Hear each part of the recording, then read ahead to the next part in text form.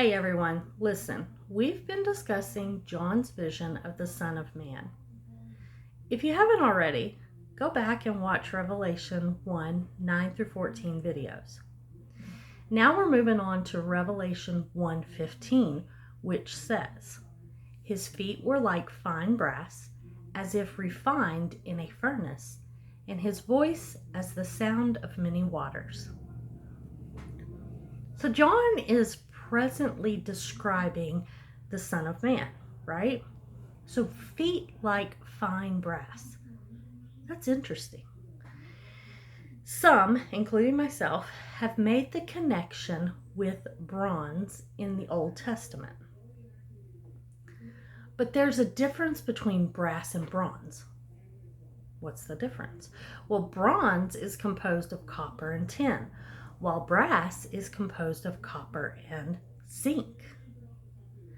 Now, obviously, tin and zinc make the difference, right?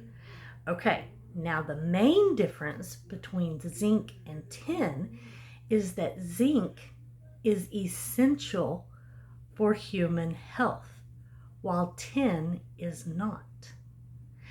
And the density of zinc is 7.13, while tin has the density of 7.30. Okay, what does that have to do with anything? Listen, I hope y'all will get as excited about this as I did when the Lord revealed it to me. So, bronze, copper, and tin is mentioned several times in the Old Testament. But the main reference that I'm going to mention about is in 1 Kings chapter 7, which is the building of the first temple by Solomon. All right, bronze, copper, and tin is specifically mentioned in verses 13 through 26, which focuses on the outside of the temple where the altar, the sea, and the 12 oxen, the 10 bronze carts with a bronze laver on each cart. These were the part of the sacrificial system for the Israelites. So here's a picture for you to understand.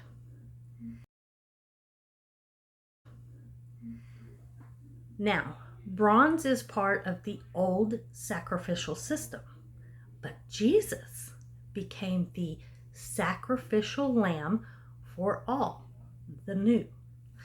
If bronze is copper and tin, and the tin has a density of 7.30, well, the number 7 means completion, and the number 30 represents the life cycle in miniature. 3 times 10 is perfect order.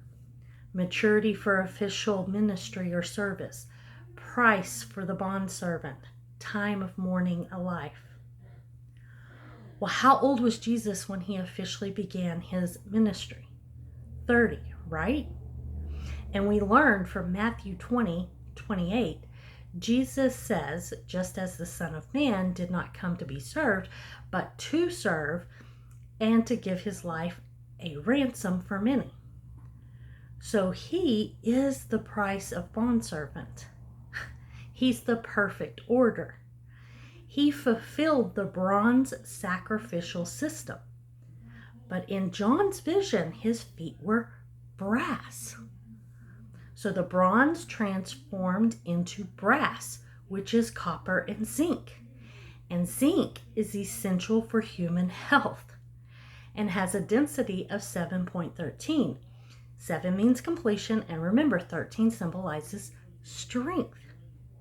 Could the brass represent the new, the one and only sacrifice that leads to life promised, which changed in Christ's resurrected body? Does this make any sense? Who knew that one little word like brass could mean so much?